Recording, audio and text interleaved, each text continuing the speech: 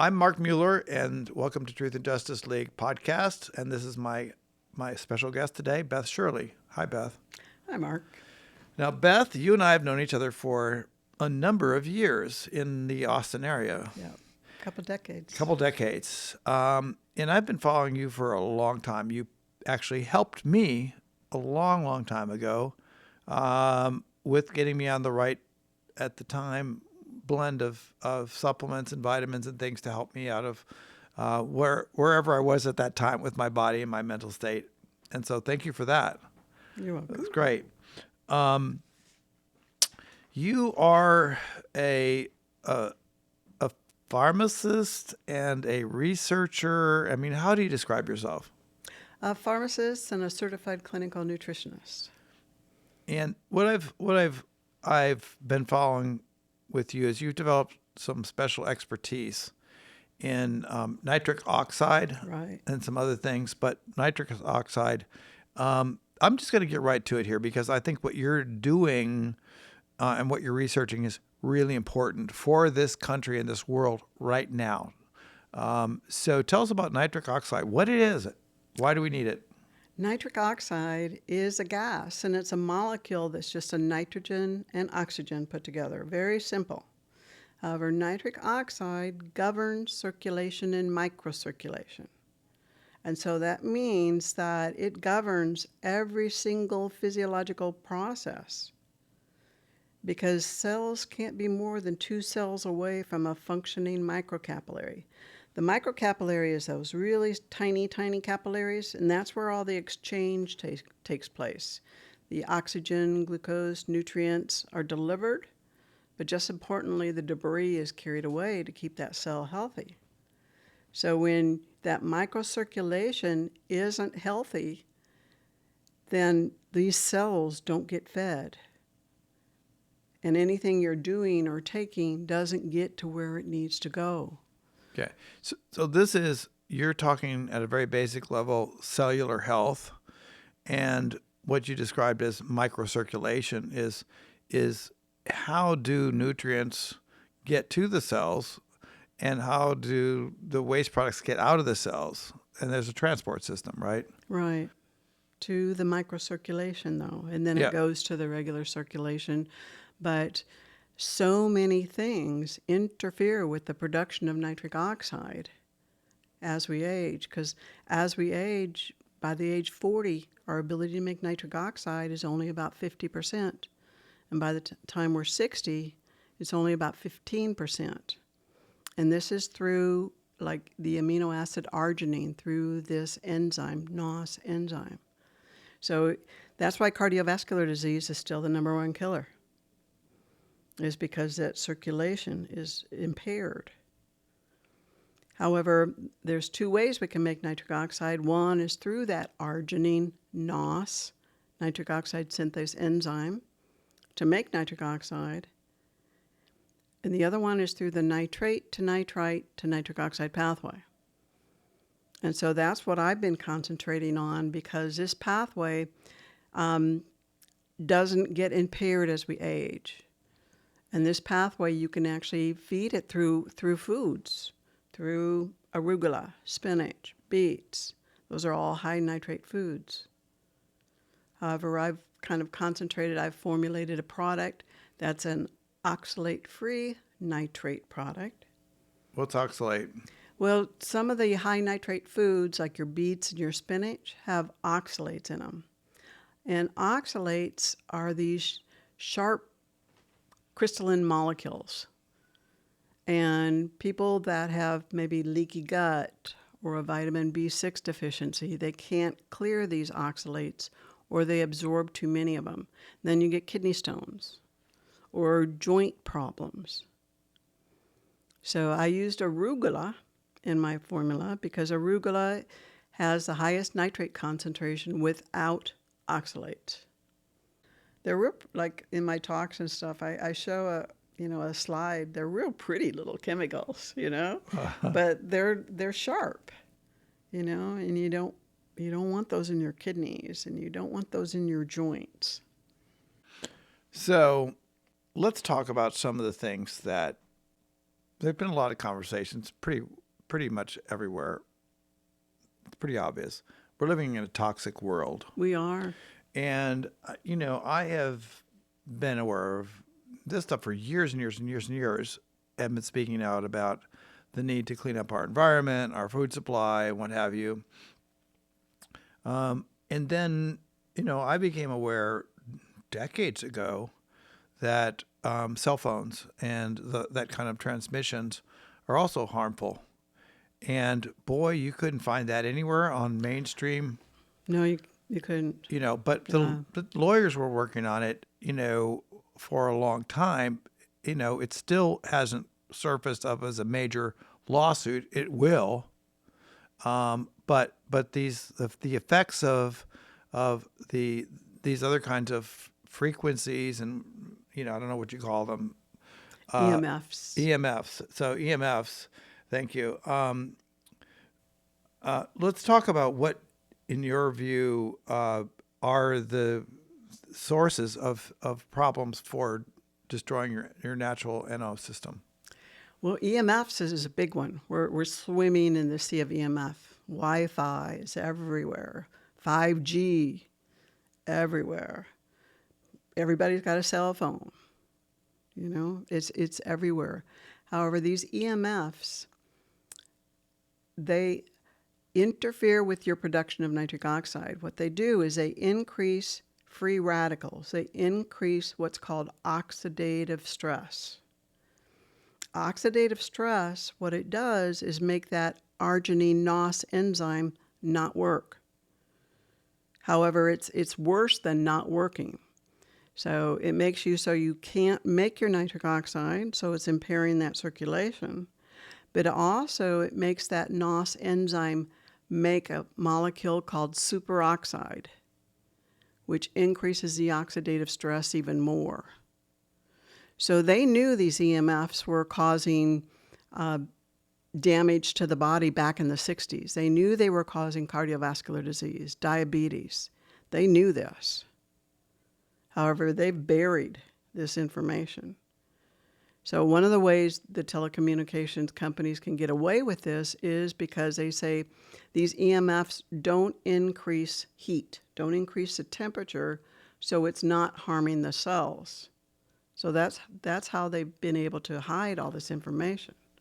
Well, one of the things that I've learned is that there's kind of a playbook that corporations, some of the big corporations have used. It repeats itself, and it's the use of science or authorities or experts in the media to pitch confusion. So it's like the creation of doubt or the reassurance there's not a problem. And I give people this example all the time. If you see something that says scientists agree, well, what scientists agree? Yeah, and what are they right. agreeing on? Who paid them, Yeah, right? it's like, Yeah. And so, and then it'll say, of course, sometimes when they got into a period where there were actually some kind of disclaimer to those statements, it would say, of course, more studies are needed. And when you see more studies are needed, it's bad, because you know that they're now posturing themselves for, well, we said that more studies are needed. So just turn out those more studies needed, those studies happened and they didn't go out so well for us. But meanwhile, we've had time to adjust our product, to sell you something new, to sell you a new treatment for the last treatment that we had, that kind of thing. Sounds like you've seen some of that yourself. Oh, yeah. I've been in the pharmaceutical arena for almost 50 years. This is actually a topic in which now it's starting to more and more people are going, I don't really trust big pharma. A lot more people are saying that now. But for those of us, and I'm in the industry really primarily because I was a lawyer. I still am a lawyer, but I've done some drug and product liability cases, and I see in our discovery the information that they let us have. Okay, not all of it, because the worst stuff they never sees the light of day. Right. But what we've seen over and over again is the safety studies usually aren't as definitive in the right way as you would expect. When someone says safety, efficacy, It's approved by the FDA. People want to rely on that as meaning something. And when you get behind the scenes, you see that, oh my God, just even the stuff that we see, they filter it so much and they steer it. And, sometimes a lot of the FDA doesn't see the worst stuff either. But then when they see stuff, they're somewhat complicit in allowing things to go through. It's pretty nasty. But what we see is the science is typically shoddy, or even it can be completely wrong for them, but they'll still make it into something that seems right. And then once it gets there's an enormous pressure within the companies to sell things. And so we saw this over and over again. It was sales and marketing over the science almost all the time, because it was the sales and marketing that really ran the businesses. That's what makes the things go up, the price go up. And so there was tremendous pressure to sell things and make money. And of course, cover up the adverse events, cover up the stuff until it becomes unavoidable. And we see it over and over again. We see it, examples of this are asbestos, commercial tobacco products, chemicals, right? Agent Orange, aspartame, glyphosate, birth control pills of various types. I kept a list of these. I don't have all the list. The list is too big, but it is absolutely a horrific list of things that at one time were considered to be gold standard, safe products, science, whatever it is. And later, it's so ridiculous, right? Now you see it and you go, the folks that can listening to this can relate to is, if you actually look back far enough, you will see ads for cigarettes with a doctor in a doctor's coat going, we're never a sore throat in this group. We're smoking the most toasted, smooth blend of, tobacco. They sold them in hospitals. They sold them in the hospitals. Exactly. Yeah. And then it was help your children become more sociable and it's help them in school. Give them sodas. And so we're like, actually, it's not too young. And little pictures of these little kids drinking with some Coca-Cola. Exactly. So that's just that's one level of it. But you see, you're actually worked in the industry yourself to a degree. What kind of things have you seen? I can't tell you how many drugs that have come on the market that I knew were so dangerous, and they were pulled off the market. Right. I mean, I used to get in trouble all the time because people would ask me, well, what do you think? And I say, do you really want to know? If you really want to know, I'll tell you. Some people did, some people didn't. But there was this one drug for irritable bowel, and I knew it was a terrible drug. And this lady asked me, and I said, do you really want to know? And she said, yeah. And I told her. And she goes back to her doctor, tells her doctor. Her doctor calls up, like, Bill Swell, the owner of Peoples, and, like, is chewing him out. And then I'm sitting in Bill's office for 2 hours hearing, being chewed out, But sure enough, 6 months later, that drug was pulled from the market. Yeah. It was a terrible drug. I saw this over and over again. I mean, one drug after another. Yeah. And whether they're over the counter or not, it's Zantac, Valsartan, the various birth control pills. There's a huge list of things that's just like, what the heck was that for? Yeah. Anyway, that's my story. But let's get back to NO. Okay. And what can we do? What can we do to help ourselves here? Because this is a real right now we're dealing with. You want to talk about the things that interfere with that nitric oxide yes. production? Let's talk about that, and then what we can do to support your levels. Okay. Yes. Well, age, we talked about that. The standard American diet is devoid of nitrate-rich veggies and essential cofactors and nutrients.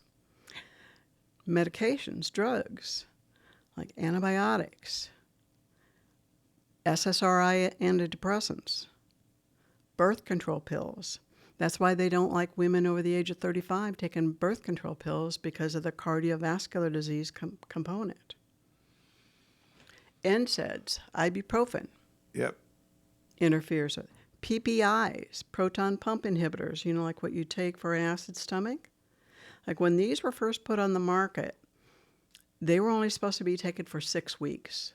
I remember back in the early 90s, like insurance would only pay for a 6-week supply. But now they've been on the market for almost 3 decades.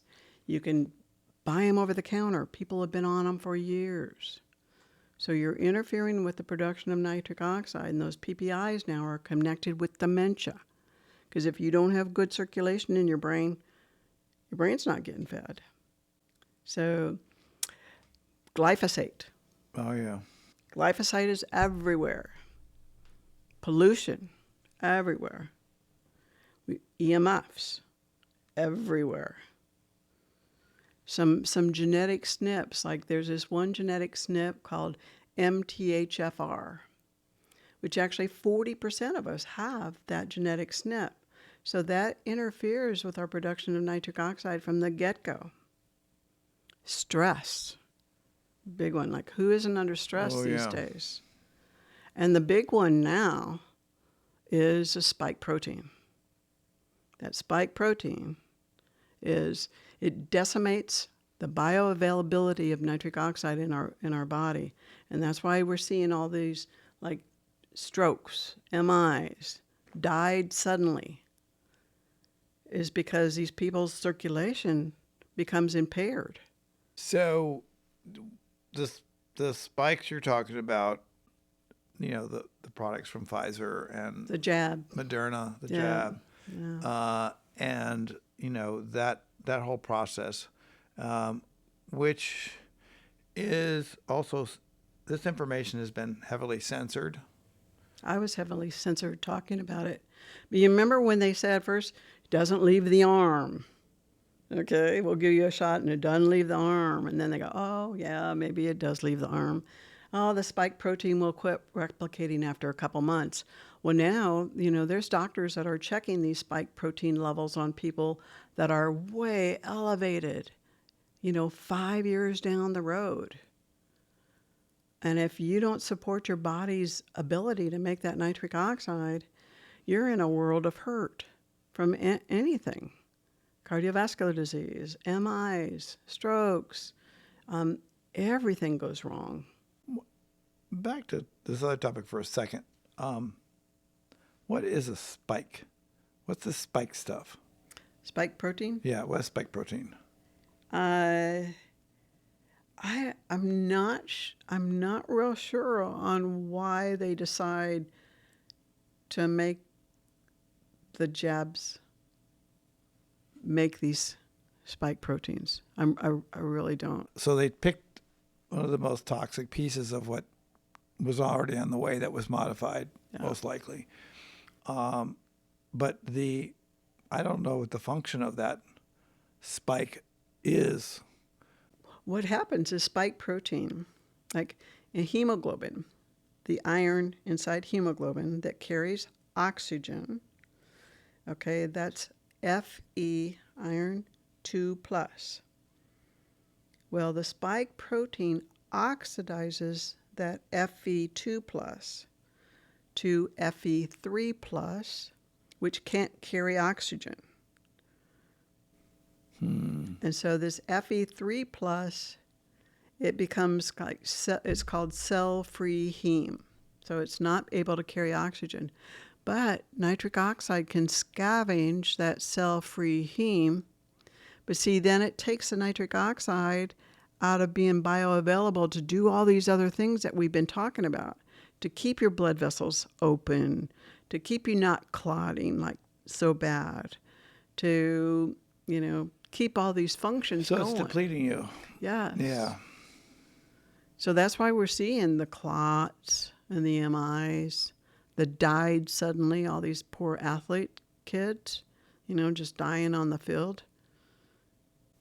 Very hard to get accurate information about about that one. Yeah. Yeah. What kind of, you've got some products that actually work for this. But first, let's talk, and we want to talk about that because I think this is really important. It is really important. Really important. And I'm wondering, as you're talking about this, I'm going, wow. I mean, there's a lot of times when I'm feeling like, foggy, tired. Okay, now I'm getting older, but I try to eat right, generally speaking. I try to take care of myself, what have you. But it does sometimes feel like I'm working through a fog of stuff. And you got me interested here with the diet because the food part is important, right? We've got to deal with like what is in our food supply. There's like the overly processed foods and all those kind of things which are just not good at all. But the other part of this is what kinds of things can people eat that will be helpful for this process. Your beets, spinach, arugula, bok choy, kale. These are high nitrate veggies. But it takes, like studies show it takes like 300 to 400 milligrams of nitrate to really affect your circulation. And that's like 5 ounces of spinach or 7 ounces of beets. So it's a good, like, okay, so good amount. I might have accidentally been taking care of myself pretty well until very recently, because I would get these super green drinks that I would special order, from Juice Land and places like that, but that would have, I want stuff, no apple juice, none of this stuff. I had stuff that was, I did have beet juice, but mainly it was kale, spinach, celery, Celery is really high nitrate. Yeah. So I had the ultra green stuff, and then I would add into it like, turmeric and spirulina and stuff like that. And for quite some time I was doing 2 or 3 of those big, glasses a day of that. And I actually did feel better.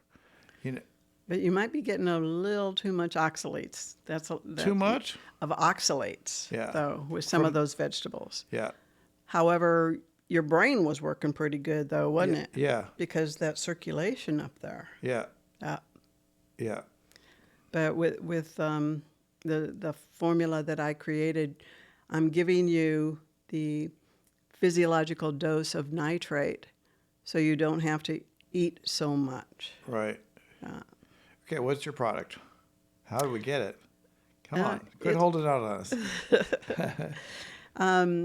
I formulated a product for Approved Medical Solutions, and they're distributing it, and it's called Nitric Oxide, oxalate-free nitric oxide. How much of this do people take? And just a couple capsules every single day. That will cover your bases. And how expensive is it? $50 for a month.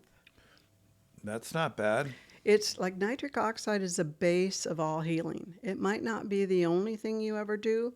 However, if you don't have good circulation and microcirculation, doesn't matter what else you're taking because it's not going to get to where it needs to go.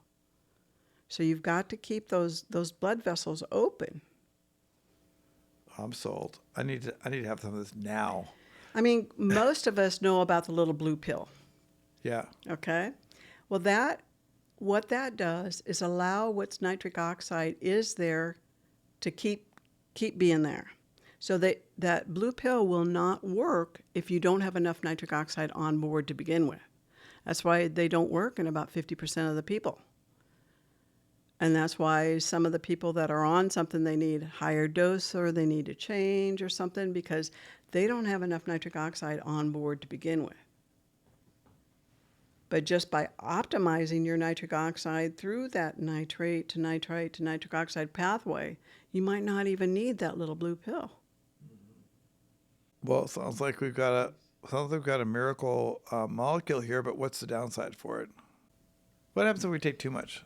NO stimulators or MO products. Okay, the DASH diet, Dietary Approaches to Stop Hypertension, uses vegetables, uses nitrates in these vegetables for cardiovascular disease. They use it as a therapy.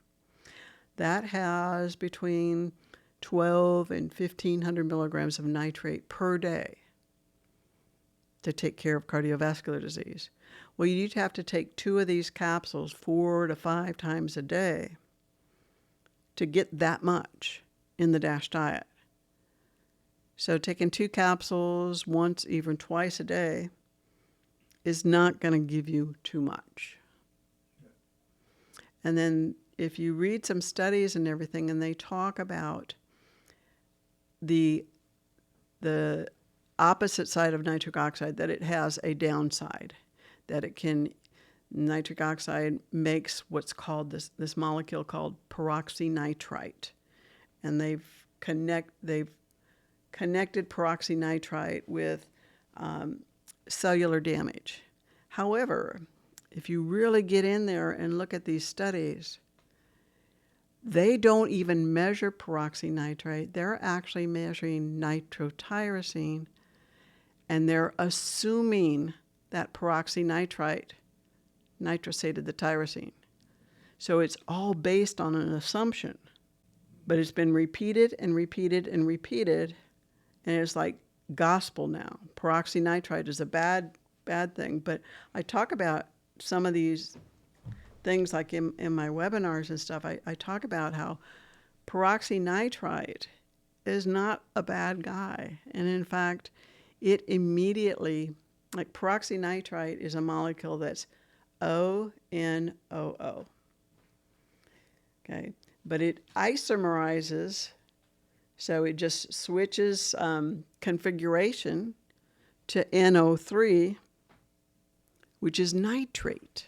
So 90 to 95% of peroxynitrite instantly isomerizes to nitrate, which is inert.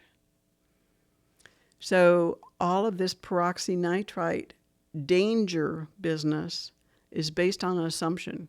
If you read these studies, you'll see perhaps, maybe. Oh, those words. It's possible. Those words. Okay. Yeah. Okay. It's all based on assumptions.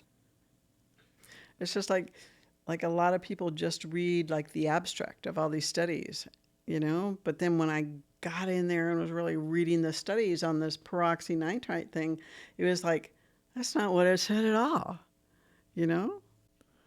Well, nitric oxide, you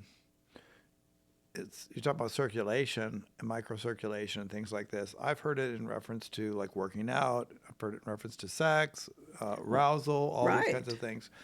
Pretty important, right? Yeah, it's important for women too, because like we need nitric oxide in order to be able to respond, to be able to feel. And lubrication is nitric oxide mediated. So as women, if we can't feel anything, if we can't respond and we're not lubricating, do you think we even think about sex much? Probably not. Right. So you have a product for women. I do. I formulated a product for women. It's called Libby Signal. And this product, I've gotten a patent on it for increasing sexual desire and pleasure. And it's the only product on the market that has a patent for that. Back in 1997, I started monthly women's health seminars at People's.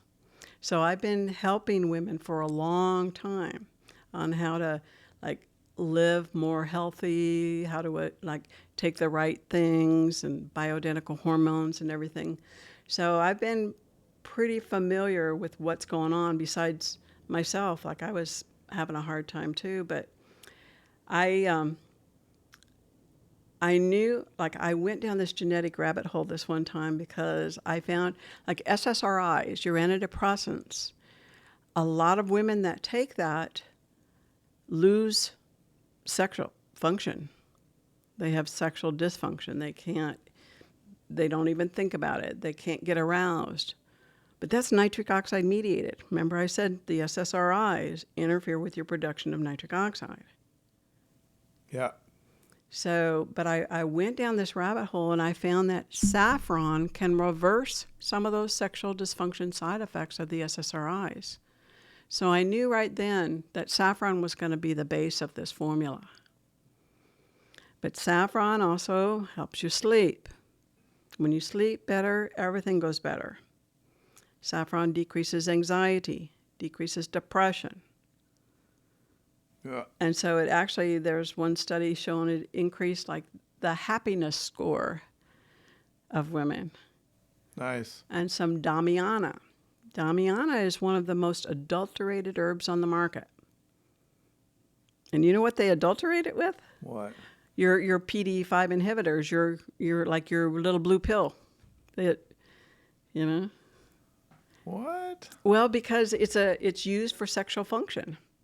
So they spike it with a little of these like Oh. PDE5 inhibitors, so you get this zing on it. However, if you get pure good Damiana, it has that effect without the drugs.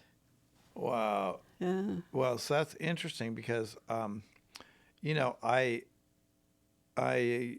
used to have a friend that worked with me that would make teas. She makes some Damiana for you? Yeah, and saffron. Yeah. And Good. and blue lotus, Uh-huh. and you know, a whole bunch of different things. And so I was like, you know, I didn't know much about that stuff at the time because I was like, I'm charging through life. I'm drinking my coffee all the time, but you know, tea, you know. But when I actually got into like these teas with somebody that knew what they were doing, they did make you feel better. Yeah. And some Panax notoginseng. Ginseng is an adaptogen. It's been used to improve circulation, improve sexual function for thousands of years. So Yeah. I put some of that in there too. Is there maca in it? No, No. didn't need it. Okay. But what I was trying to do, well, what I did, because this is the feedback I've gotten, I wanted to strengthen the woman from within, make her feel good and strong within, so that she has the bandwidth to even start thinking about sex. Because if you're tired, you don't want sex. If you're depressed, you don't want sex. If you're anxious, you don't think about it. So I wanted to strengthen the woman from within so that she has the energy, she can be in the mood, she can be her best self. I like that idea, strengthening the woman from within. Right. And I think that this is, you know, one of the things that for this particular show we should look at, because there's actually two major products that you have that, and I'm sure you have other ones, but two major products that are really relevant. Right? This NO stuff hugely relevant to everybody, because we just naturally bombarded with this stuff. And when you start talking about the spike issues that we're talking about, I don't think anybody knows what level of exposure they've had to these things. Well, even if you haven't had like a jab, you know, there's studies showing actually they can shed. You get it picked up from somebody, Yeah. right? Okay, yeah. So it's a treacherous world out there, and it's kind of like, well, you also have to watch being so paranoid that, you know, oh my God, you know, I'm afraid to breathe. Yeah, but I just take a couple pills every day, and then it's the base. It kind of gives you, at least you know you're keeping your circulation healthy. You're keeping that nitric oxide level healthy. You know. So the basics: keep your nitric oxide level healthy, so that it'll help you be able to get the good things into your cells, and it should help with all kinds of things, right? Like energy levels, you know, your thinking, all kinds of things. Right. And kidney function, chronic kidney disease is ubiquitous. Huge, It's everywhere. huge. Lungs, keep that lung healthy. Wow. Yeah. Yeah. And then your product for women. I love this. This is great. It's really awesome. It's really awesome. And the feedback that we're getting, it can help women through any stage that they're in. I wish I had it, you know, when I was going through all the changes too. But even we've got people, you know, in their 20s taking it, you know, that get good results. The 30s, when your hormones start changing, this helps balance those hormones. The 40s and 50s, when they really start changing, helps balance. And even during menopause, like the feedback we're getting is just awesome. Because there haven't been any, like we haven't had any reports of people having any kind of negative reactions from it. That's so amazing. Yeah. That's so amazing because, you know, the, adverse event reporting, not terribly accurate anyway, but Yeah. my God, I'm seeing a lot of adverse event reporting right now that is just being uncovered with regard to our recent Oh, yeah. influx of jabs and various forms of infections. Now, we talked a little bit about Libby or Libby Plus. Is that named after Libby, the drug pharmaceutical company? Well, the original product, the Signal, there was just one product and it was called Libby. But that was for libido. Oh, libido. okay. But then I formulated a couple more products. So we just made Libby the line. So Signal is for women's well-being. Although there isn't anything in there that is contraindicated for a man. It's just that I formulated especially with a woman in mind, but a man can take it too. But then the second product was for the microbiome, a gut product. And this product is the only product on the market that has a prebiotic, a probiotic, a parabiotic, a postbiotic, and bacteriophages in it. So we initially named it like Bio5. But bacteriophages, these are cool little critters. It's a virus. And we have more bacteriophages in our body than even bacteria. But I chose 3 specific bacteriophages in here that are effective against the 3 most common foodborne pathogens. So these virus, what they do is they attach to the bacterial cell wall and they inject their genome into the bacteria, and so the bacteria can't replicate, and in fact they become like a phage factory. But it's effective against E. coli, Salmonella, and Listeria, the 3 most common foodborne pathogens.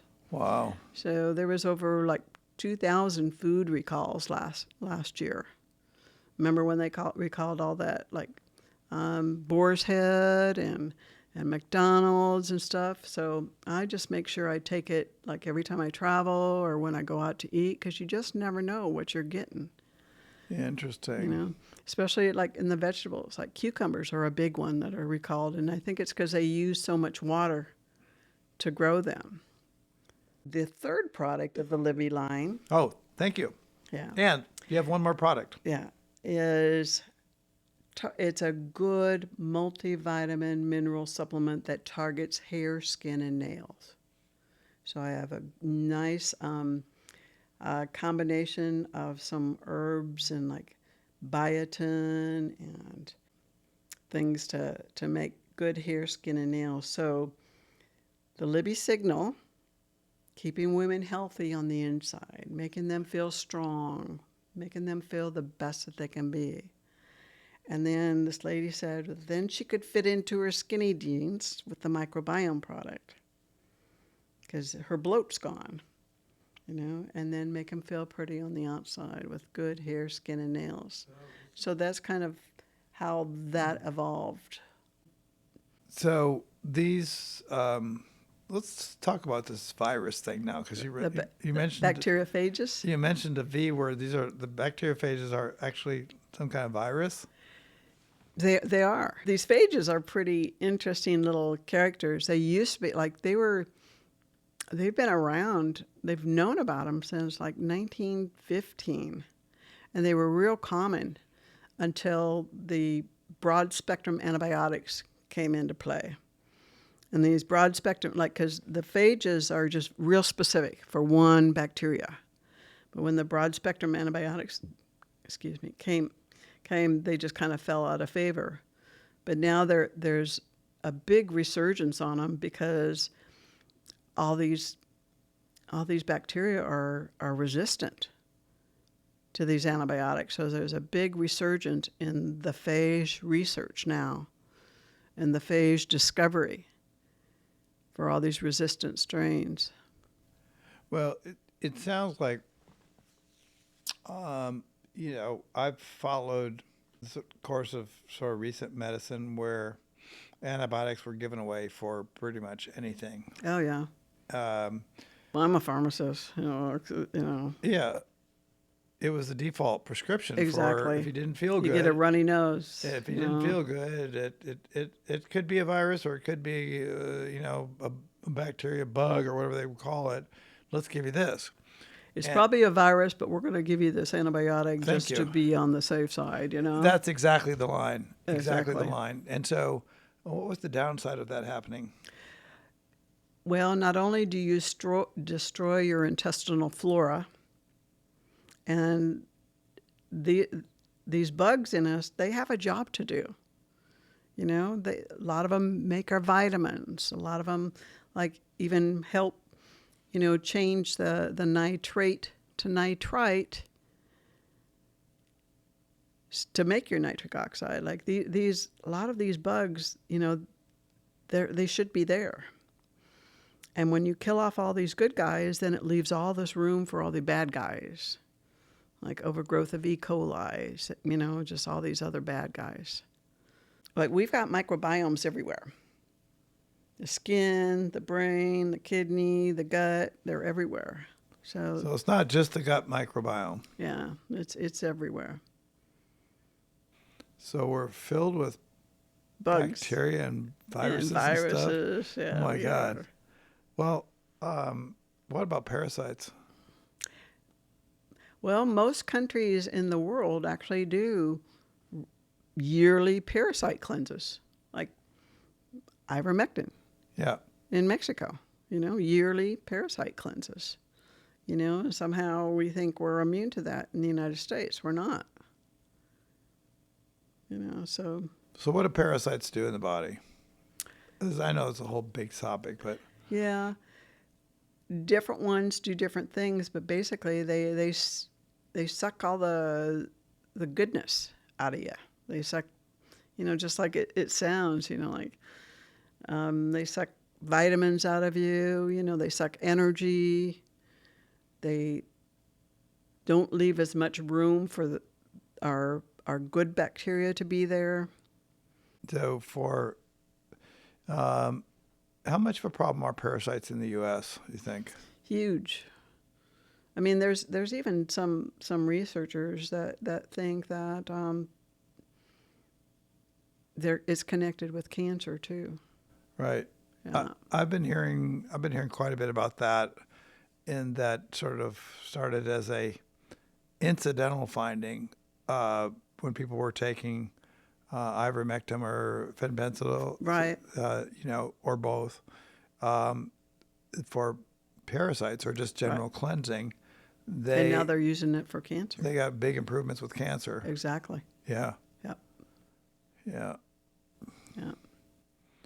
Cancer's a mystery, isn't it? Yep. Yeah. Well,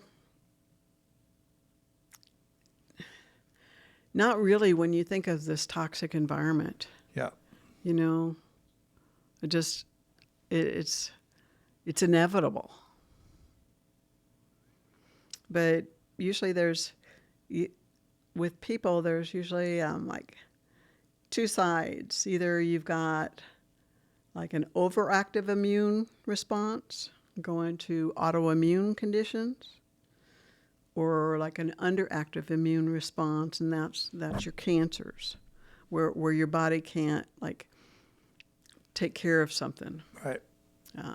So we got a lot of, I've noticed this in trying to track the, what we might call chronic type diseases. Mm-hmm. There has been a tremendous uptick in what would be loosely called autoimmune, inflammatory diseases, arthritis, various kinds of arthritis, lupus, all these kinds of things. And then, so you got a lot of that, I think, being described. And then we're also getting a whole lot of cancer. Yeah. And and that's a huge topic. It's probably beyond the scope of what we're talking about here, but and what I meant by what is cancer is a big topic of whole things. But obviously, it's not improved by all these toxins and are bombarding the body with all kinds of stuff. It's a little bit. I've talked to cancer experts and researchers who are going like, well, we don't really have a good feeling of what happens to all the cancer that's in the body that we never know about. Mm-hmm. And That our body is taking care of. body take care of it, right? So but unfortunately, with the jab, though, this is destroying our immune response. Okay? And part of it is that nitric oxide. Nitric oxide is our first step of our immune system to take care of something like some pathogen. do you consult with people? How can people find you? Do you offer workshops? You're such a source of wisdom in the community. Well, you can actually just search my name. I've done a lot of podcasts. I've done a lot of webinars. There's a lot of stuff on YouTube that I've done where I've connected nitric oxide to every physiological function, like, okay, fertility. Every step of the fertility process in men and women is nitric oxide mediated. So this is the issue with the spike protein and the infertility we're seeing now too. Okay, it's terrible. I think we need to. I think it makes sense for me to try to connect you to some people that I know in the medical community, because I think that connecting up you to, say, someone like Dr. Joe Verone, to some people I know in the obstetric community that may starting to be realizing this is what's happening. It's like, even in the fields of people that know what's going on, connecting up you to somebody who's in the front line also trying to work with the same stuff, it seems like there's a way that we can get the word out faster. A lot of them don't even understand the nitric oxide connection with infertility too. Well, So even, okay, and then with diabetes, like everybody's got a blood sugar issue now too, but you need nitric oxide in order to bring that glucose into the cell. So with diabetes, you don't die and you don't have complications from the diabetes. It's from the cardiovascular complications. It's from the nitric oxide deficiency part. is this a different issue or the same issue with regard to our last big exposure, where we're hearing about a lot of blood clots, Yeah. bad blood clots, strokes, heart attacks, these kinds of things. But one particular thing that got overlooked was blood clots. Yeah. Okay, and I will say that this is circulating underground in some ways. Okay, I had a friend whose girlfriend at the time had like a some kind of cardiovascular event that was like out of the blue. Okay, this person was like a mid-40s yoga kind of person. Looks and acts like they're in the right lifestyle of things, right? But they had gotten punctured, and in talking to the doctors, and this was at Cedars-Sinai Hospital in L.A., right? Not a minor league institution. See a lot of stuff. There are some pretty good doctors there, whatever program you can get out of. They're a lot of them are trying to do this is a high level hospital. And they asked the doctor aside, "Wait, what's going on? We're really surprised by this." And he goes, "Well, we're seeing a lot of this. Blood clotting issues Exactly. is happening." Well, nitric oxide, it is the modulator of platelet activation and aggregation, which means it activates these platelets to make clots. So this spike protein is decimating our nitric oxide. So then you don't have the nitric oxide around to do all these other good things. So you're going to get clots. Every single thing, I can actually trace it back to nitric oxide, because those cells, like the circulation has to be open and the cells have to be fed. What is there? I've been hearing a lot about energy failure, as in failure of like ATP cycles, failure of like mitochondria, Right. and it strikes me as like we're aware of that was going on, right? It's like these cells are. My friend that's also doing research, who's not a doctor, he said, but the cells are acting like they're cancer cells or something. They're like not working right. They're not. They're not communicating right. Yeah, the electron transport chain is not connected Yeah. anymore. It's making all of these free radicals, all this like called reactive oxygen species. So you're not making your ATP. ROS. But guess what? Supporting that nitrate to nitrite to nitric oxide pathway actually helps recouple that electron transport chain. So it allows your body to not make so much free radicals along with making more ATP. So it supports mitochondrial health. Yes. Critical. Yeah. So tell us what mitochondria is. They're the little energy producing organelles of our cell. They're the ones that take your fats and make it into energy, ATP. But everything has to be just right in that electron transport chain. And if it's not, if it's not right, then that ATP at the end isn't being made. This is huge. This is what I think I've introduced you on Facebook and Messenger to Steve Jenkins. Uh-huh. Okay. He's not a doctor, but he's an amazing researcher, and his brain just works in mysterious, amazing kind of ways. I want to follow up with him and you on this, and also introduce you to Joe Verone.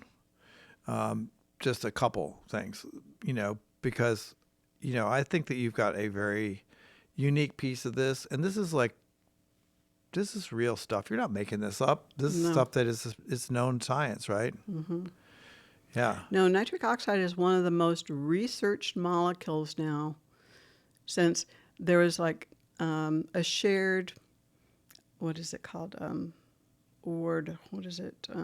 Nobel Prize for 3 nitric oxide researchers in 1998. And since then, there's been over like a couple 100,000 studies with it.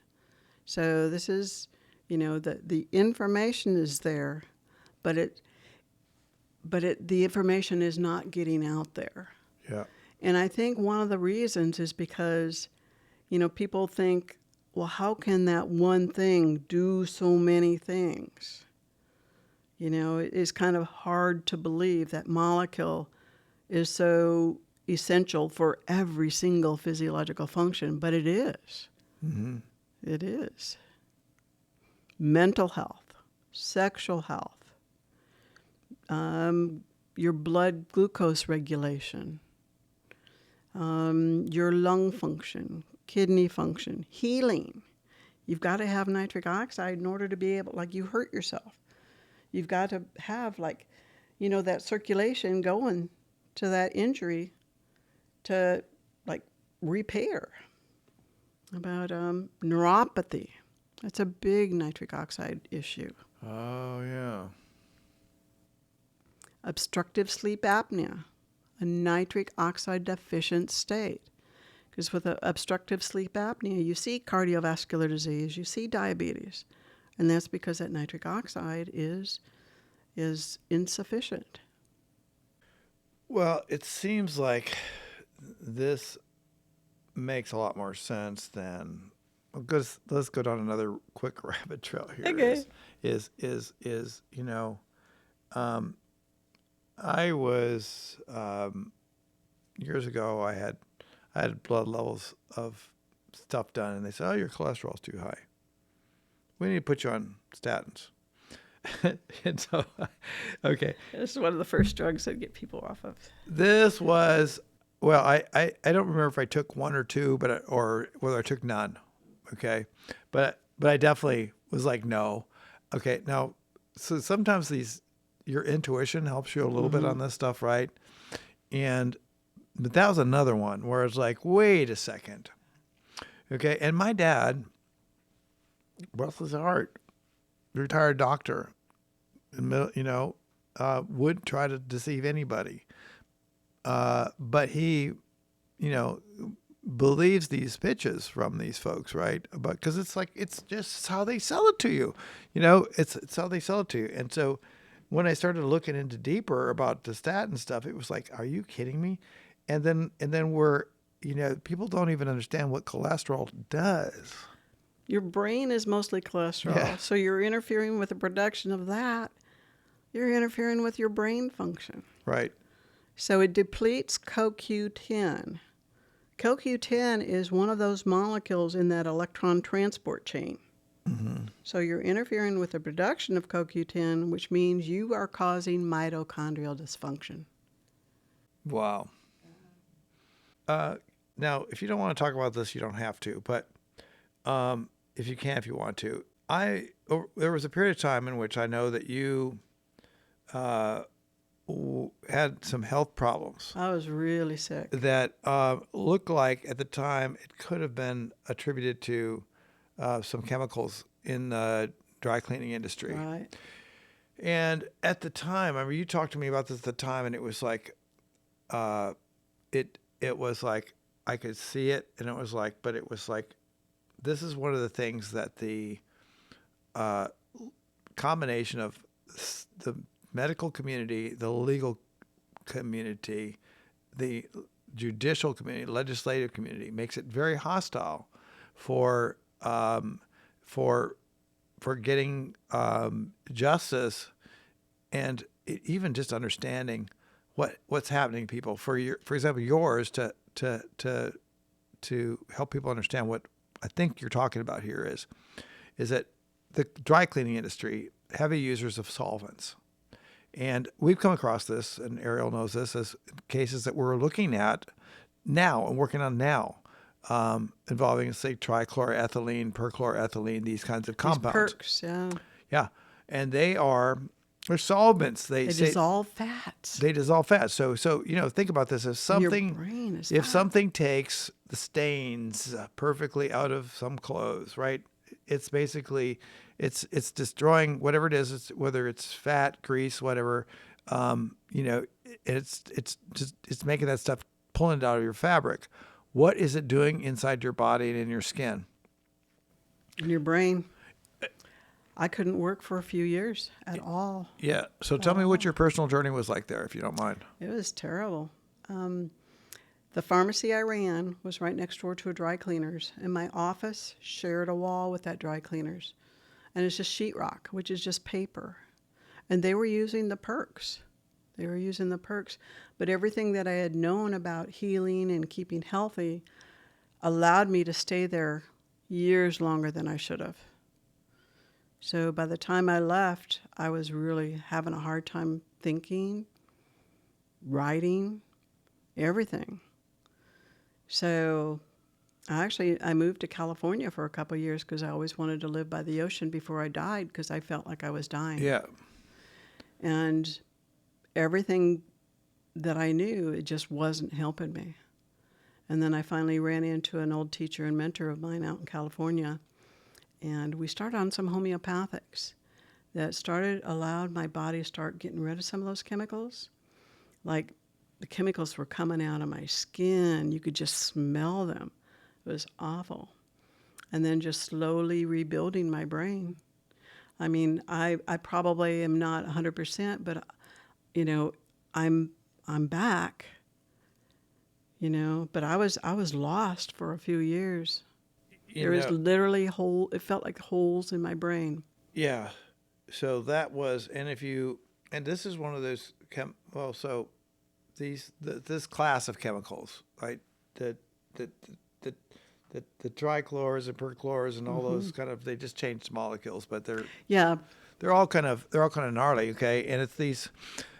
And when I tell people, I said, look, if a chemical is it sounds too good to be true, it probably is. Yeah. Okay, so if you've got these amazing solvents, they're probably too good to be true. They're probably not going to be good for your body.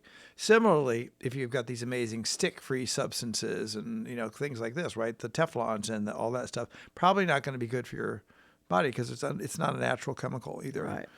But I'm glad you made it back. Thank you. And Me too. I remember that period, and I felt bad. It was like there were, at that point, it was like, what can we do to help? Yeah, I was And lost. it just didn't. And I wish I would have known what I know now. But even now, I can tell you, even now, this is for people that want to be aware of what's going on in our society. There are hundreds of thousands, probably by now, of new chemicals that have been released. Many of them, most of them, have not been studied properly. And so to understand, like these chemicals we're talking about are among the most toxic. Like they're in terms of the reach of the chemicals, the toxicity of the chemicals, they're on the top 5 or 10 of the EPA list of things that had to be studied. I think they got around to finally going there. They've only been able to reach the first dozen to even extensively study. That's how, when we're so far behind, we're never going to get caught up with the current model of how we study things. But these products also are basically, they're allowed. If you knew what they did, you'd go, "There's no way this should be allowed."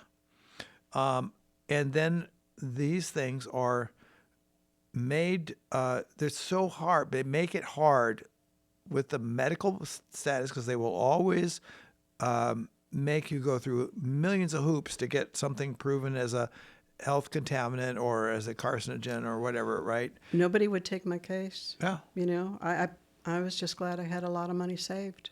Yeah. Well, that's the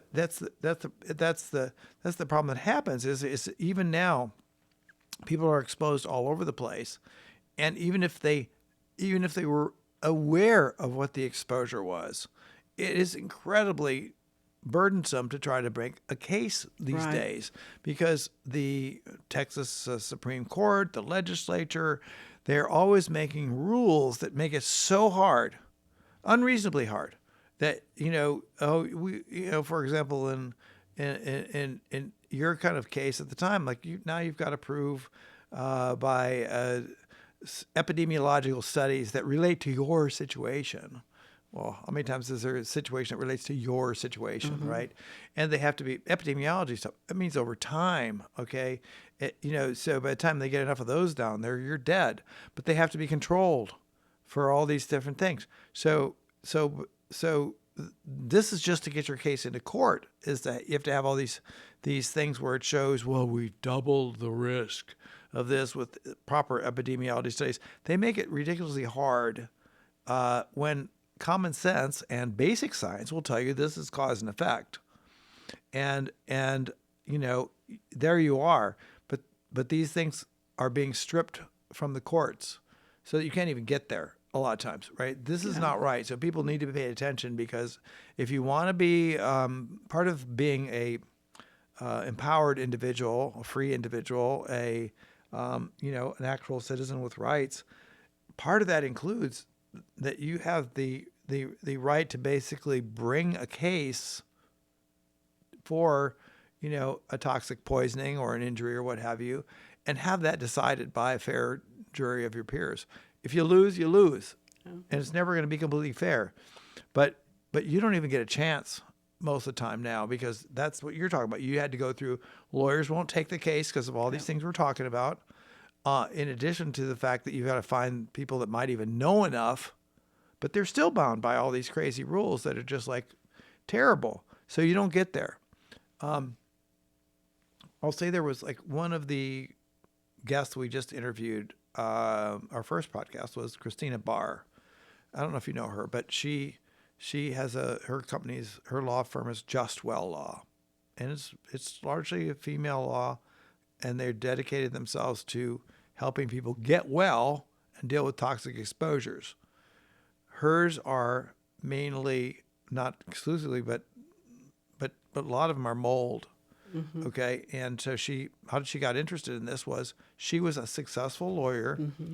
She was doing really well with her career as a patent trial lawyer.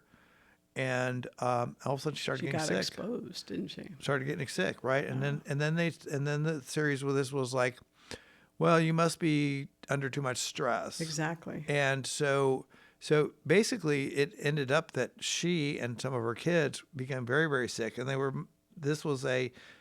nobody was getting to what really causing this. They were saying, you need to quit your job. You need to get a different job. You need to do a less stressful job. You're creating this in your head. It must be something else. It must be something and she's eating healthy and she's doing, all this stuff. And super smart lady. I mean, she was like, I think she was like Princeton and Yale kind of like, I'm not a fan of elite institutions, but I mean, she was like, are you kidding me? Kind of, academically smart in a traditional kind of way. And a good person on top of that. Despite that, she still is a good person. But literally she was almost dead before somebody finally went, wait a minute, let's just test for this. And there was super high levels of mold. And they were more pronounced in her room and or one of her kids' rooms or, something like that. She had to basically get out of the house entirely. Okay. Try to, how do you detox from this, right? You first got to get out of it. Yeah. But then detoxing it. And then she, even as a lawyer who was a high powered lawyer at point, basically had really a difficult time. They had to pay for a lawyer to, represent them in a particular case. And it was a simple problem of the home construction, maintenance of stuff that was not their problem, but became their problem. And, she eventually recovered most of her function. She's really sharp. I wouldn't notice. I didn't know her before, but I wouldn't notice anything but exceptional. But she probably knows. She does. She Yeah. says, "I'm not entirely there." That's what I say not about entirely me there. too, Incredibly yeah. bright, but what an enormous lesson. This is like huge. Happened to her, happened to you, and I suspect it's happening to a large degree to many, many people around. And just they don't know yet. They're just feeling tired or they're feeling depressed. Right. And then what I've seen is this stuff gets compounded by, well, we're feeling depressed. So what do we do to treat the depression? I'm an SSRI. Thank you. And now So you're interfering with sexual function. all you're the interfering time, with right? nitric oxide. Absolutely. Exactly. Because the world is depressing. Yeah. And the world is anxiety producing. I mean, there's things out there that can cause that. It's our job to try not to get that into that field, right? But that is a reality that we're dealing with. Is there's an awful lot of things that are triggers for an awful lot of people, and how many people are on meds, prescription meds? Probably, oh my God, probably 90%. I would get these lists. So client that might have. For example, my when I did the transvaginal mesh, or if I've got a chemical exposure for a worker or whatever, right? So they go through this meds that they were on. Oh my God! They know. go through this first. They go through the process of what's wrong with them, and they never get answers for fundamentally what's wrong. Like, why am I having these problems with mesh, or why am I having these problems? They don't ever say, well, it's from your workspace, or it's it's that.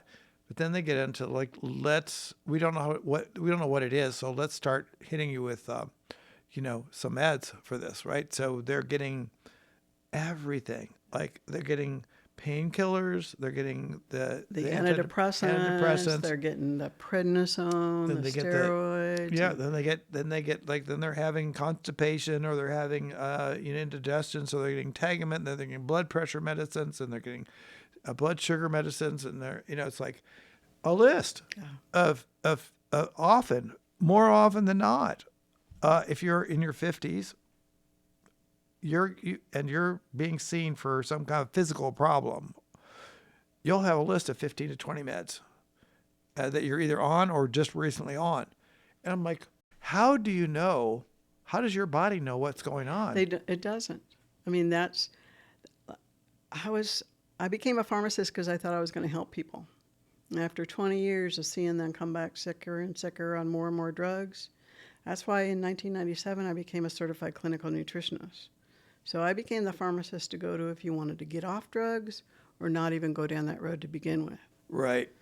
Because when you've got 2 or 3 drugs put together, you're a walking experiment. They have no earthly clue what these drugs are doing together. Not a clue. Do you know, is it Casey Means? Uh-huh. She's an MD and written, I think, a book called Good Energy. Getting a lot of publicity right now. Mm-hmm. She's got some wind behind her sails someplace, but her Someplace. her experience that she's expressed was she went to Stanford Medical School, and so this is elite establishment medicine, wanting to help people, and her experience, very similar to what you've described, is I was just not seeing many people get healed.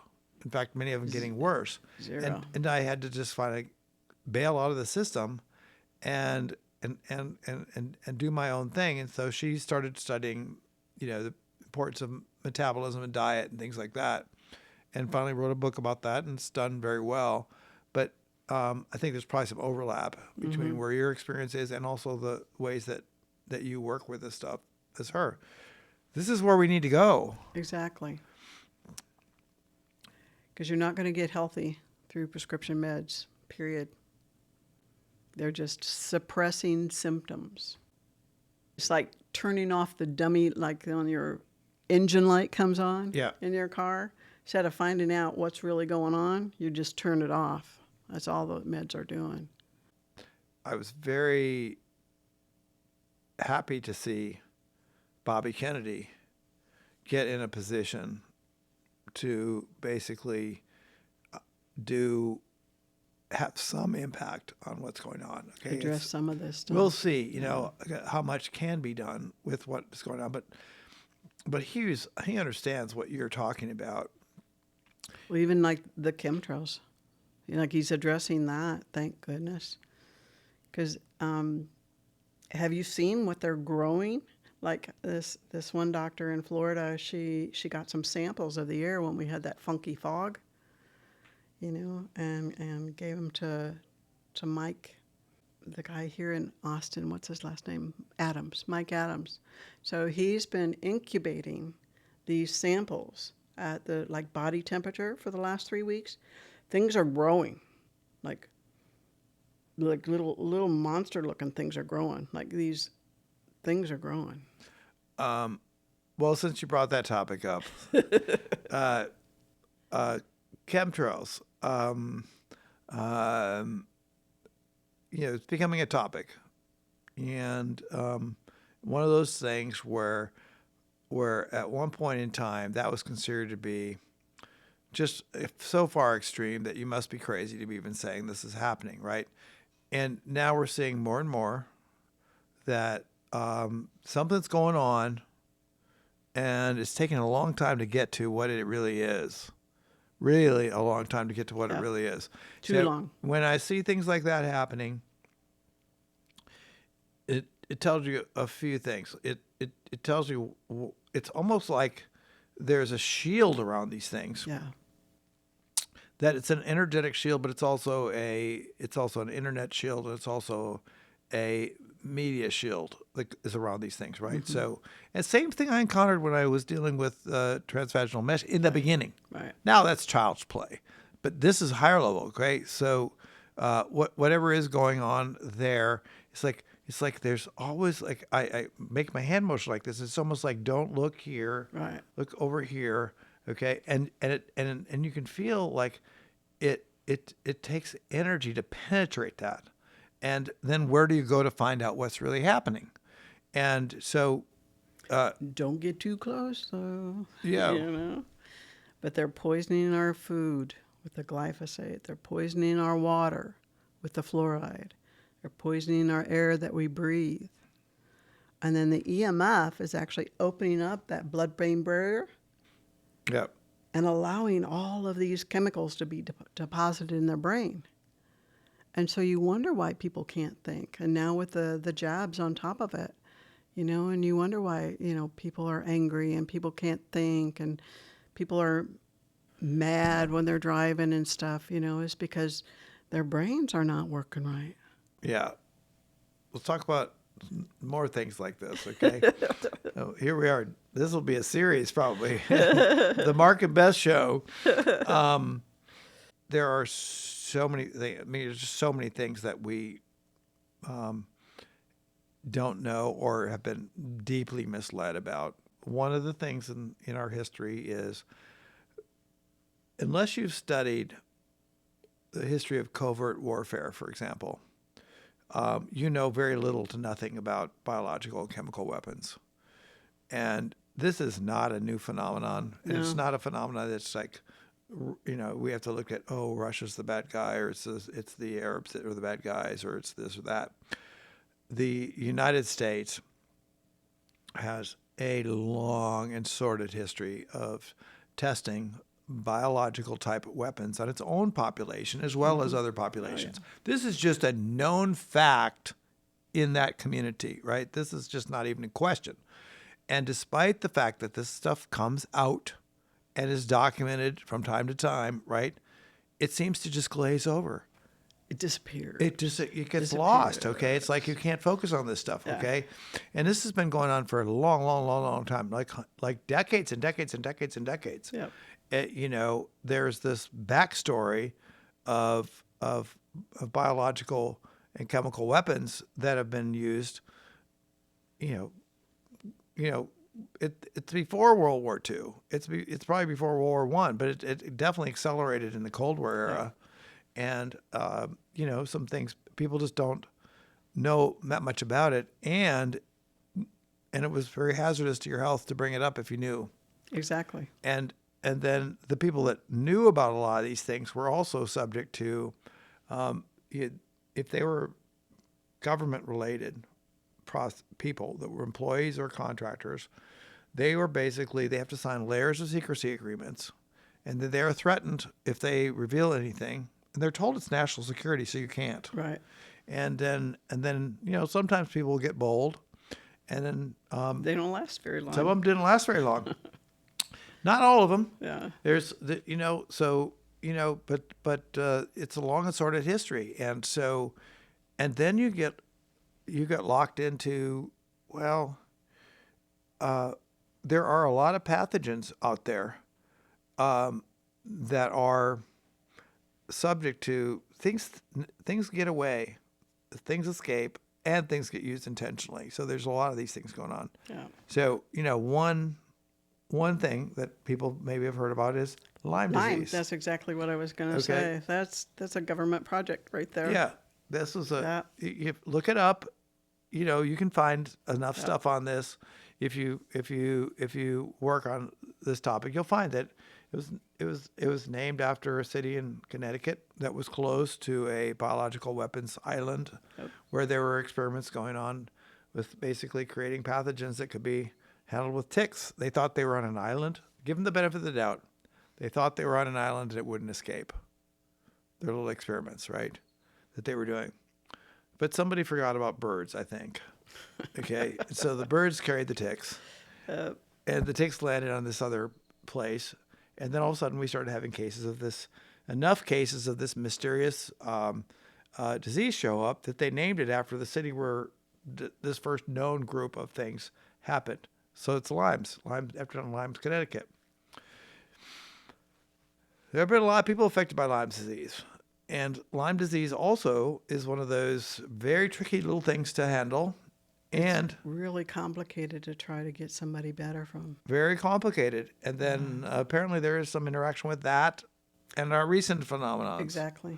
That are going on. So these things, the new exposure toxins often reactivate other things that are inside your body. They're inside your body. Maybe your body's got under control. You got viruses. You got Epstein-Barr, you got herpes, you got all Shingles. shingles, these are all, many, many families of things. And, and they come back out. Your body might be handling it pretty well. Like, but it's taking a lot of your body's energy to handle it. And then boom, you get something that comes in and now you got a real problem because you're dealing with secondary issues. Those knock you out. Those are not easy to handle either. Yep. Yeah. But guess what? Our first defense. What? Nitric Nitric oxide. oxide. Hey, so tell me the difference between, so just so people don't get confused about this. Mm-hmm. Okay. Now, nitric oxide, that's not something you can buy that's like, to get high off of, like laughing gas. That's nitrous Oh, oxide. okay. Good thing to know. Because, we might have some oxide. people self-medicating down there because it maybe will take away their pain for a minute Different or two. molecule.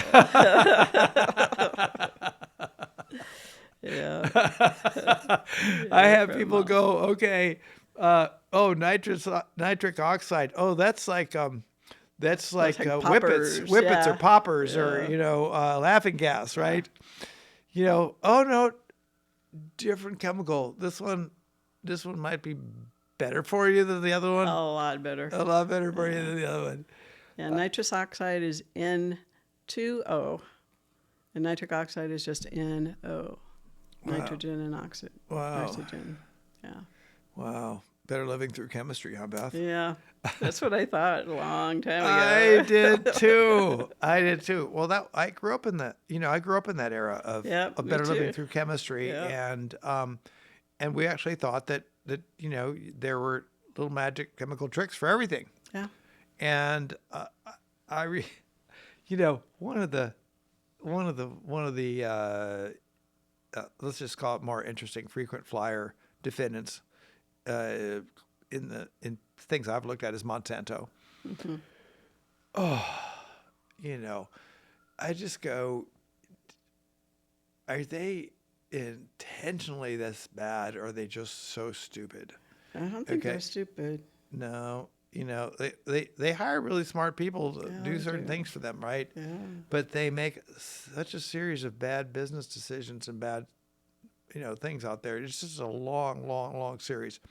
But one of the things that we just don't even have time to get into all these things that they did. But they touched on so many bad products and chemicals over the years.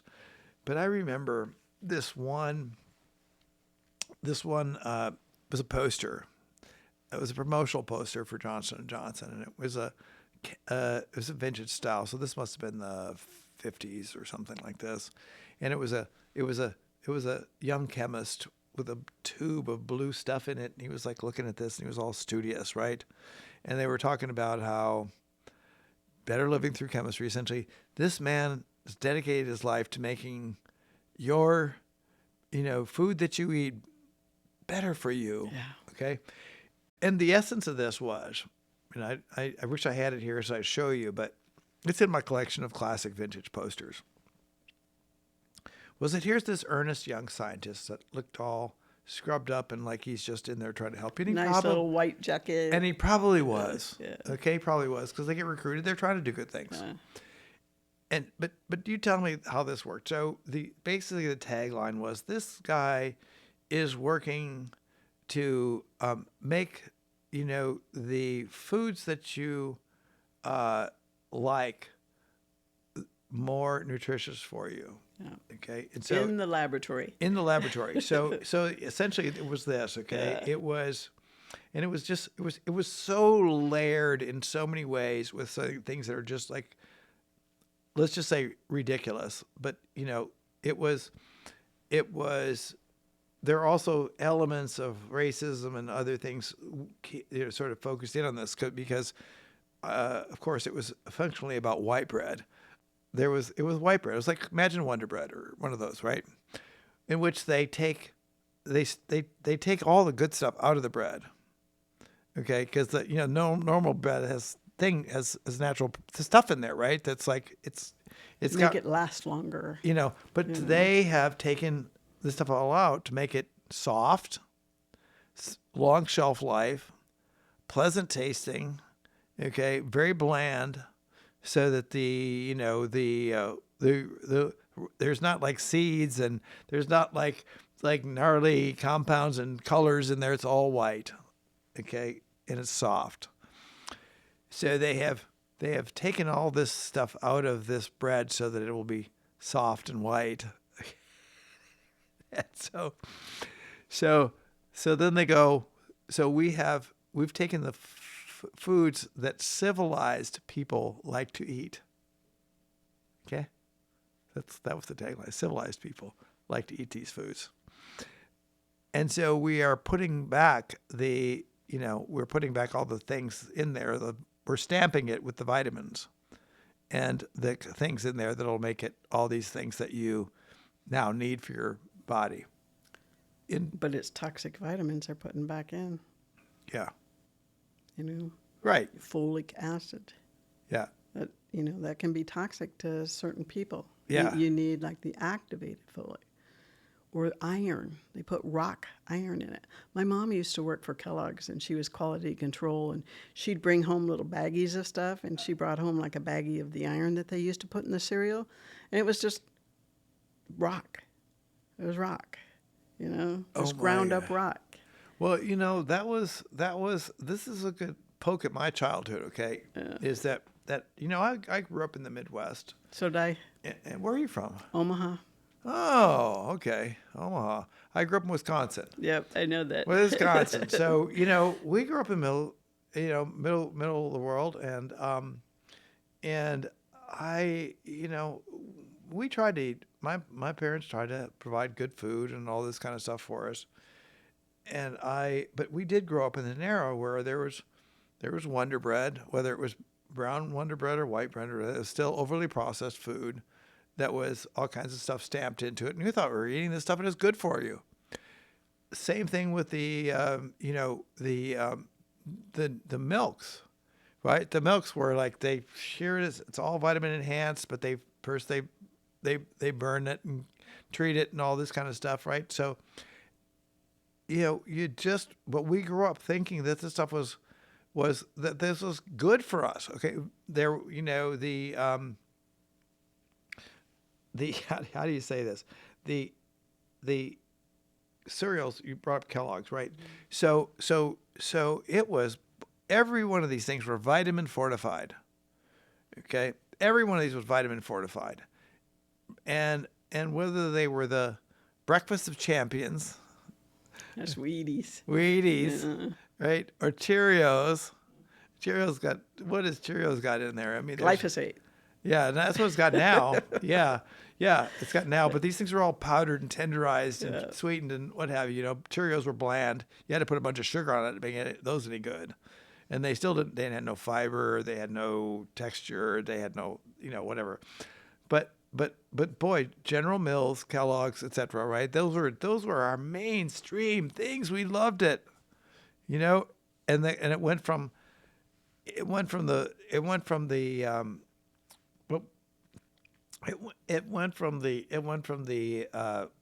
the Cheerios and the Wheaties were less horrible than they had the ones that were like Lucky Charms and the other ones, right? So all these things.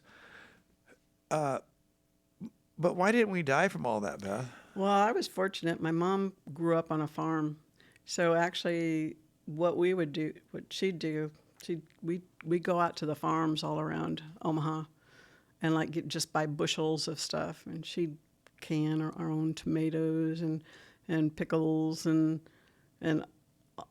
we fed off the farm a lot. Okay, so you ate good food. Yeah, fairly decent. Yeah. I mean, I didn't live on the cereal, and I just remember every once in a while, and I remember how if you did start eating that stuff, though, it was addicting. Well, but they make it like that. Yeah. That's what that little chemist was doing. Right. He was making it addictive. Right. So you buy more and more. Just want more and more. Yeah. Yeah, I heard that we know this from cigarettes, right? That they put chemicals in in the there to cigarettes make them addictive. that made them more addictive, Yep. much more addictive. I mean, Yep. nicotine itself, is addictive, but it's like much more enhanced when you've got the special chemicals that go boop right in there, right? And those things. So that's been well known for a long time. Just took a while to get us all off of it, right? Yeah. After they hooked the whole country on stuff. Then those special chemists, though, we were looking at the cigarettes. But meanwhile, they worked on our soft drinks, and they worked on our other food supplies, in candy bars and snacks, and all these additives. Everything in the middle of the store. Yeah. So Yeah. why are those? What kind? Give us some example. Why are some of those things addictive? Because the chemicals that they put in there, they make sure that it is addicting. With the texture, with the flavor. Yeah. Or some of the colorings, right? Yeah. They're neurostimulating.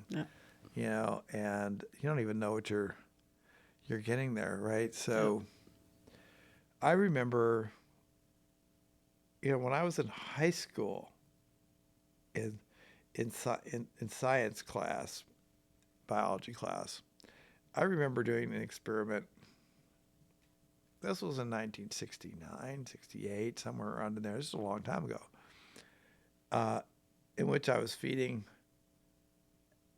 aspartame to rats in my experiment. Now, I don't vouch for how well I was running this experiment, okay? Because I was a high school kid and, don't claim to be an expert scientist. But I had read something at that point, there was a question about whether or not this stuff was Causing tumors. Yeah. Yeah. And so my experiment was I was dosing these rats with this stuff and seeing what was going to happen. Now, just think about this at my level of expertise, which was very small. Okay. We ended up getting like miscarriages in the rats. Just we didn't even have to look at tissues. That's just what happened. Yeah. No, that was a government thing. Aspartame got approved. What was it? Donald Rumsfeld era. Yeah. Donald Yeah. People know the name Rumsfeld. Yeah. And he was a high-ranking Department of Defense. Many of these Yeah. high-ranking positions, Bush, Reagan administrations, etc., had some high-level connection with, was it Searles? Yeah, which then got sucked into Monsanto, or but that was essentially aspartame's still in some of the things we drink and eat. No, still. Still is. Absolutely bad for your health. And that's like I've been posting, like last year I posted about xylitol interfering with the nitric oxide production and causing cardiovascular disease. And then just yesterday that came out, another one, all these sugar alcohols. Yes. Yeah, it was xylitol. What was it? Erythritol? Erythritol, yeah. Erythritol, Yeah, so causing clots, which Right. we don't need now. Right, Okay? so- cardiovascular disease. Yeah. So right. So when you're seeing these labels, okay. First of all, it's hard to trust the labels anyway. But then when you see these, if you see sugar-free or fat, Just think of shitstorm. yeah. If you see sugar-free, look and see what it is, It's because chemicals. it's chemicals, and even when they worked in this, natural product, stevia, like stevia plant, right, leaf or whatever it is, but then I don't know whether that's good or bad by itself, but it's seldom by itself. There's other stuff that goes Right. with it as part of the sweetening component. And so they're getting you two ways. They're getting you hooked on the sweet taste, which is not, you just eat more of it if it's the sweet, but it also these things, it messes up your metabolism, and then it also loads you up with some chemicals that don't do very good things for you. So you're really getting a triple dose. And people think that they're getting good stuff, okay, because it could be coming in a protein powder, Right. protein bar. It's big in the keto world, Yeah, these sugar alcohols, yeah, yeah, because because it's not sugar. yes, Yeah. they're saying it doesn't have the same effect as sugar, but these things, they have other effects. Yeah. And Deplete your nitric oxide. back to nitric oxide. Exactly. I think we need Everything. to get some. We can need come to get back some. nitric We need to get oxide. some NO shirts for Say yes to no. say yes to no. I like it. I like it. Awesome. Well, thank you for being here. I appreciate you. It's really good to see you again. It's been so many years, but we see each other from time to time on social media, and I always go, okay, there she goes with that one. Yeah. But like I have a few friends that I don't have to worry about them because when they post something up, they can defend themselves on stuff. The key is to just not get trapped in the nonsense. But if you know what you're talking about, we're providing a service, right? Yeah. Information, because I think people need to know. They need to go know the best information that we have come up with, and if we come up with better stuff, we'll share it. We'll share it. And if we're proven wrong for some reason with something, tell me. We'll fess up. I'll change my recommendations. But I think what we really, as a planet, really, really, really need right now is having people that are not intentionally trying to manipulate, not being deceptive, and not trying to take advantage of people financially. And you're not doing any of those things. No, my main purpose is education. I want to, I've learned a lot through the years. Was one of the pioneers of like holistic health here in Austin, and I've learned a lot in the last 30 years. Yeah. So it makes me feel good when I can like help people help themselves. Exactly. That's exactly what I was going to say. This is a call to service, more or less. And we're all in this together as a human race. Not often, people don't always realize that, but I really appreciate what you're doing in that it takes work and takes study to learn a lot of these things. And it's really beneficial to share that and communicate it. So you're fortunate to be both a knowledgeable person, but someone who also can explain things in an understandable way. That's very appreciated. So Beth, thanks so much for participating in this, and appreciate everything you said. Thanks for having me. We'll do it again. Perfect. Thanks. All right. All right. That's it.